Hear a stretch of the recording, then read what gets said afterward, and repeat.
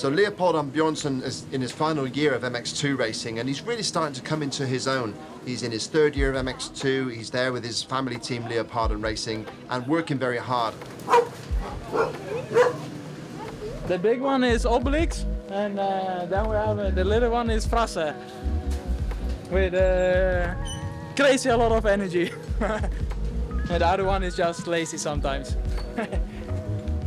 Really solid 11th place overall at Portugal, so in the mud, certainly that brings out the fight in riders like Leopold. Even though he's on like a private team, family team, they stretched the budget to go to Indonesia, so that got himself higher up the championship as well.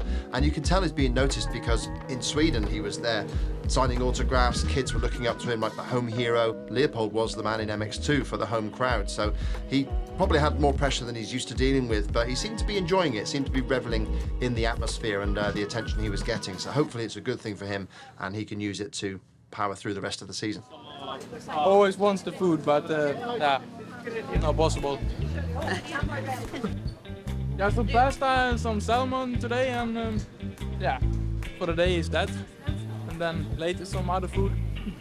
Eat pasta, go faster, yes.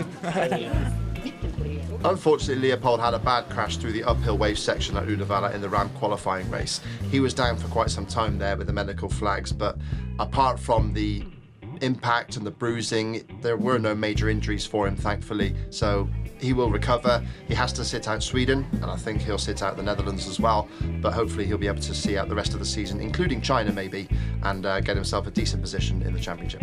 Yeah, I say now you get some extra promotion for you, and then I say I need a big bonus for that now.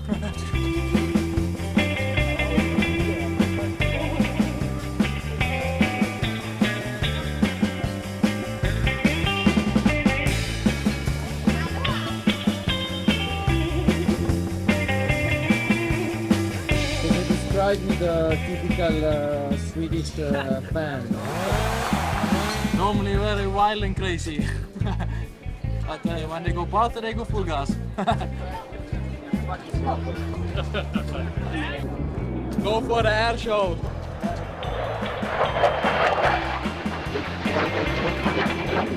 Incredible how fast they go and how many G's they pull.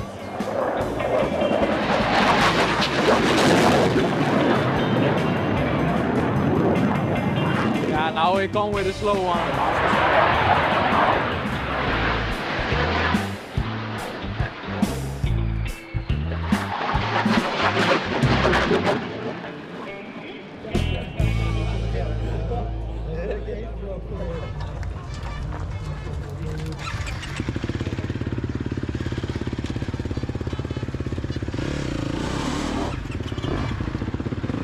For Mikkel Haarup, it was the closest thing he'll have to a home Grand Prix. No Danish ground, sadly, but yes, so he just comes a short hop across the water and then he's there in Scandinavian territory.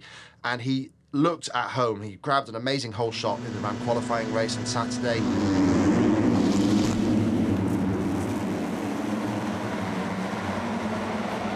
And it's Haarup who leads heading into turn 2. Langenfelder right there in second.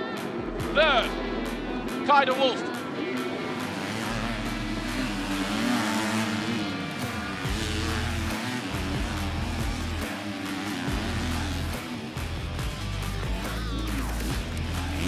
He led up until about 4 laps to go, and he was holding off de Wolf, even though de Wolf had this sweet line, especially the uphill section where he would cut it short and then jump over.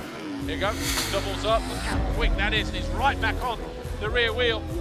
And Haarup must be thinking, where are you getting the drive from? Well, he's got good drive through the left-hander.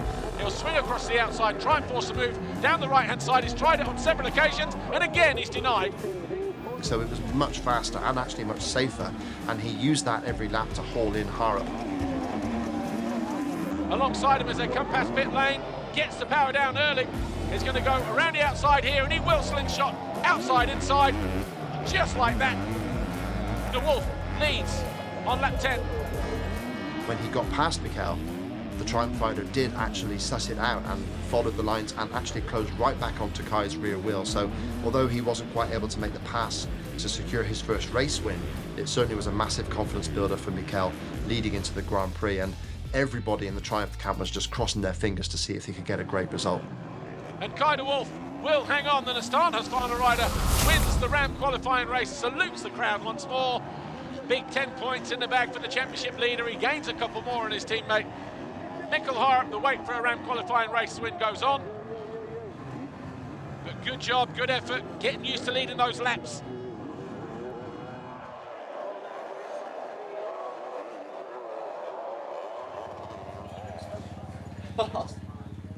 Behind the scenes. Yeah, I was a bit nervous, to be honest, because I missed a couple of races there with the hand. Came back, rode decently, and then I got pretty ill since after Indonesia, so couldn't really finish the races and wasn't sure how my body would respond. We did everything we could to, well, mostly just take a couple of days off, or almost a week, to get back to normal fitness. Cappuccino, no? Cappuccino, no good, eh? Here. A lot of people, some nice special kids. Yeah. Actually, the sun's out also, finally. Otherwise, we normally just get rain here, so it's promising. It's promising.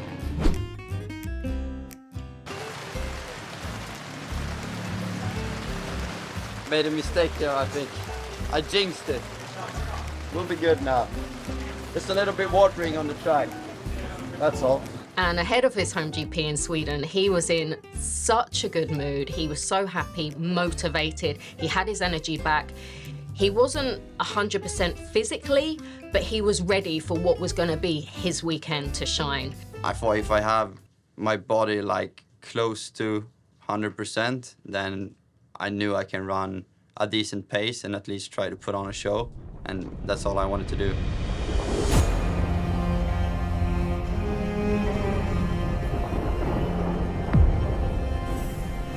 And the Swedes, Anton Gold and Isak Gifting, getting in amongst the fans right there as they embed, as they just soak up the atmosphere here at their home Grand Prix. Isak Gifting, Swedish Viking. Can the JK Racing Yamaha rider get a result here?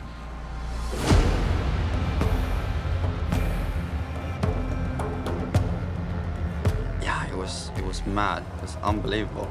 First turn, Geiser reminds in second, Prado third, Gifting in fourth. And throwing some whips to the crowd as well in the process, already enjoying his place in fourth place. Like already before that, you feel kind of quite a lot of pressure because all the people there are watching you and you feel like a lot of people are cheering for you. I was running fifth, I think. But he just lost the front there, just tip into the rear wheel of Brian Bogus. I caught up to him. I felt like he was holding me up a little bit and the guys were coming from behind also. Cuts to the inside, gets on the power early. I was a bit stressed and I wanted to make that pass pretty quick.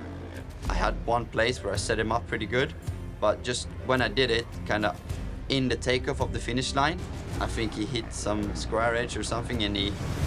Oh, that was the danger. He caught the rear wheel. He goes out spectacularly. He got a bit sideways and it took my front wheel out just in the takeoff, so I slammed the ground pretty hard. The ground was really hard there, and when you hit like in the takeoff, it's pretty tough. But with all the fans and stuff there, I got motivation anyway to finish, so I could finish 9, so I wouldn't destroy the whole Sunday for me with the starts.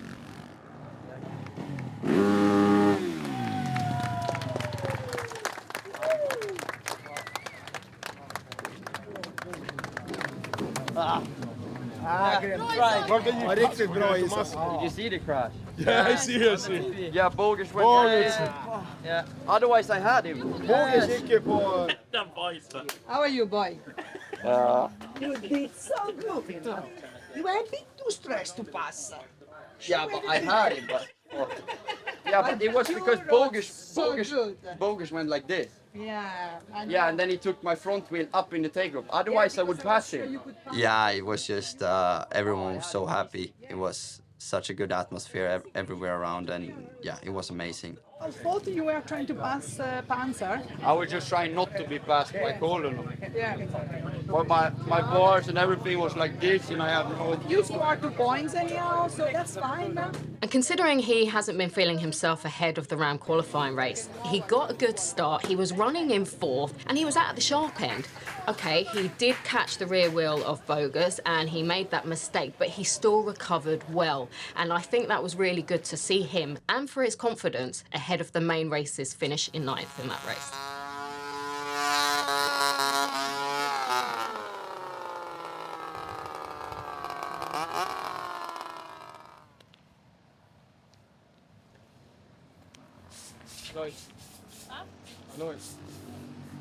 So the JWR team, and in particular Alvin Ostlund's family, are from 7 hours north of Uddevalla. It was really nice for the whole family to be able to travel to a Grand Prix with Alvin.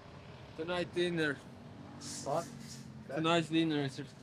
Who is the chef. Who is the chef? Yeah, it's not me. It's my father. I'm the boss. Ah, big boss. You're the owner.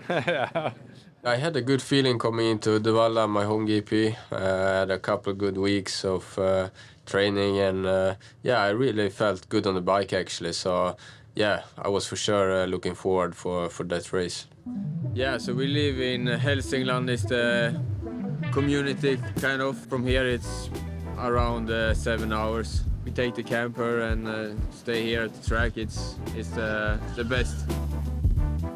JWR Honda is a racing team from Sweden owned by Johan Westermark, Swedish born. I run the team for him. He comes to most of the races, but I'm the team manager. We are based out of Padova, Italy. We cooperated with Honda Martin down there, so we work from the old HRC workshop, and our rider is riding the Italian championship for them, and then they're riding GPs for us. When I was 16, I started, I don't know if the other countries have this, but we have a motocross school in Sweden where like the 6 best guys start every year, and I was studying there and training there for 3 years.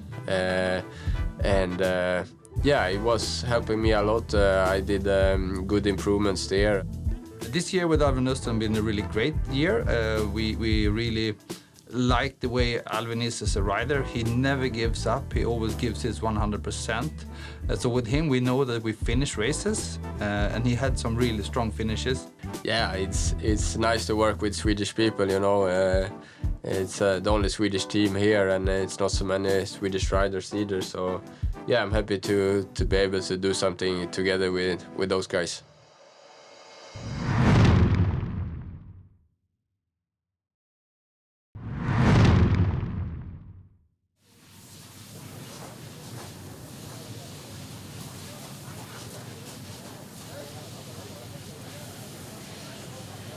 Kommer jeg ikke hen til signing session dernede? Det er nede ved alt merchandise-butikkerne dernede. Det er der, det sker. Det er der, vi er på vej ned hen nu nemlig. It's the one down there, right? Yeah.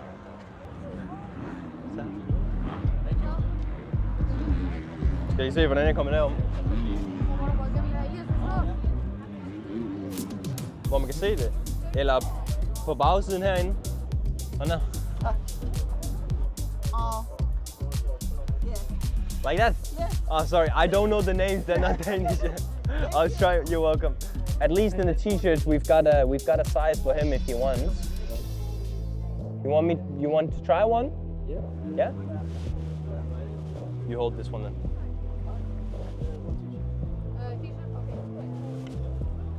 You already know what your man, you're so good. What? I'm just taking care of them. I'm from the middle of Denmark, so direction Germany, let's say, in the mainland. And a lot of the people here, a lot of the Danish people, I actually don't know that well because they're from the Copenhagen side. So it's quite fun, but yeah, it is close. I mean, especially if you're from Copenhagen, I reckon like 3 hours they're here, so that's pretty easy. And that's why there's so many as well. And it's a good track and a good venue. Like you can see the whole track from the hill up there. which makes it extra fun. I like the layout, the changes they've made as well makes it a lot better for racing. The only thing, obviously, it is a narrow and high-speed track, so sometimes it can be difficult to make passes. But I solved that really well by getting the whole shot yesterday, so makes it a whole lot easier.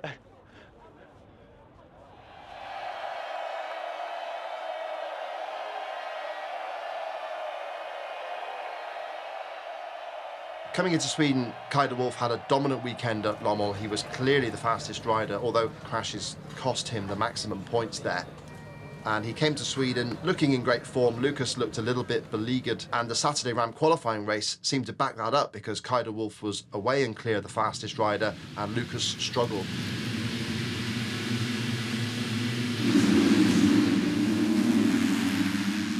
A good reaction over on the left-hand side, but it's Haarup who out-drags the championship leader, but it's Langenfelder over the foxhole shot line. Lucas Coenen right there in second, Sascha Coenen in third. De Wolf looking to go around the outside, but then he runs off track. And the championship leader right at the back as he tries to find his way through the boards.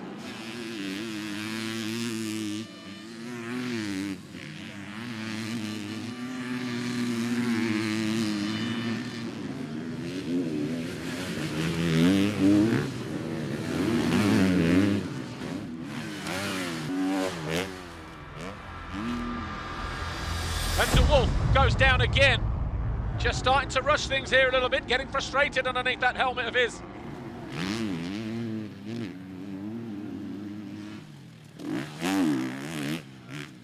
But Lucas Coenen wins race 1 here in Sweden. De Wolf is going to cross the line in 7th place.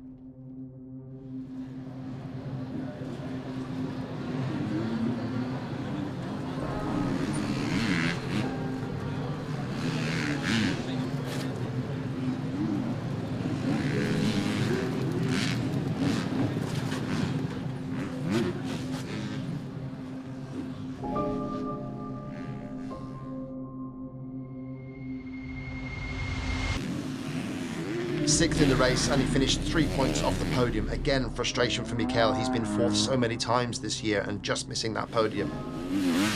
Simon Langenfelder, he's having podiums, constant podiums, but it's not enough to chase down the leading two Husqvarnas. He just needs that extra bit of spark to get something out of the last 5 rounds of the championship. For Andrea Adamo, returning after missing Lommel, did a great comeback at Uddevalla to claim second overall. Second in that second race was a great result for him. He's kind of forgotten 2024 as a championship now, and I'm sure he's just working towards 2025.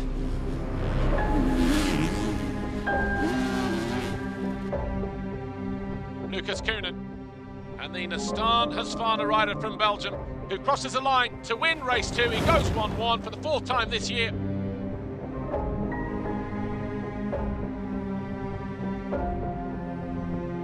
A dominant win, and it puts him back into the picture. He's 49 points back, the final quarter of the season to go, and in MX2 you feel like anything can happen because Kai de Wolf has crashed a lot, and he's got away with a few. And how much longer is he going to be able to do that? Kai de Wolf, he came through to finish 5th overall, keeps the red plate, but his lead is now cut to under that vital 50-point barrier where he could clinch it with a whole Sunday to go.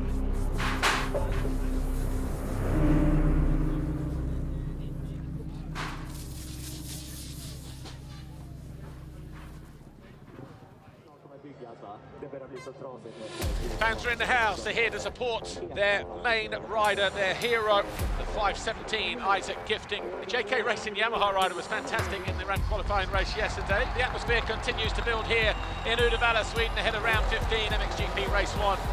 Lisa Leyland was down on the grid a few moments ago. She caught up with Isak Gifting. Sorry, I'm laughing because I actually can't take you seriously when, with the helmet, with the cape, are you going to wear that out on track or are you going to lose the attire before then? It will be on track.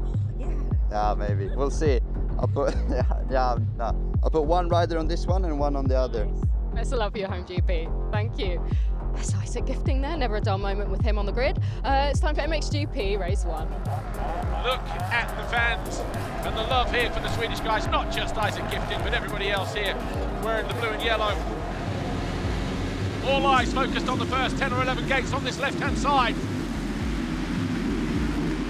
Jeremy Seewer, he will sweep in, but Hurlings tucks neatly to the inside. It was Seewer or Fevra that was there first, but it's Gifting! Gifting leads at home! Wow, what a treat! Yeah, first I just wanted to lead that one full lap. Either if it was Prado or Jeffrey behind me, I didn't care. I just wanted to lead that first lap, and then I calmed down. Listen to that! Go on, Isak! You can't buy that. Leading at home. Look at the support from the fans. Is Isak Gifting pulling away? Wow. I actually got a little bit of a gap for a while there before I got past, so... Isak Gifting continues to lead. Seewer there in second, Fevra third. Yeah, that was unbelievable. But Seewer makes his move for the lead. Back end gets a little bit out of line there. And in the end, Geiser capitalises on that. He goes from third to second. Just do their thing, doesn't want to get involved in that battle. Here comes Prado, hard on the brakes, and he pushes Gifting back. Robert Fevra eyeing up the move as well on the Swede. As Juliana Boschi says, anywhere in the top 5 would be nice, and he's already starting to look over the shoulder. Isak Gifting crosses the line in 7. And it was a fantastic opening few laps for him, wasn't it? Dream come true. To get a good ride, but to lead your home Grand Prix in front of these guys, the crazy Vikings. Good job, Isak Gifting.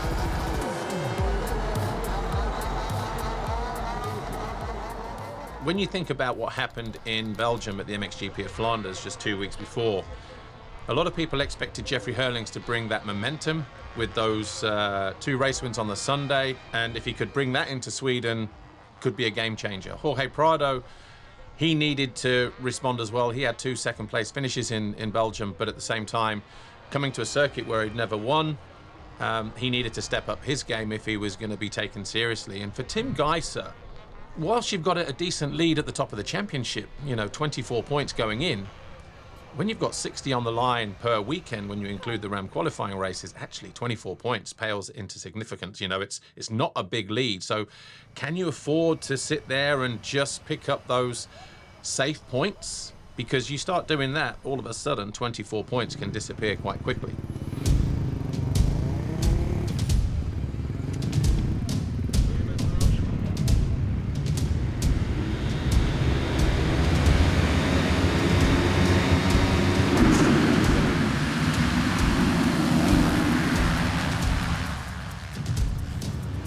Gates drop here, 30 minutes plus 2 laps. Cornelius toned down, started next to Jeffrey Hurlings and he's put a rocket up his backside, but Hurlings holds a nice tight line. Can he make it through the first couple of corners? Yes, he can. He moves into third, Gifting there in second.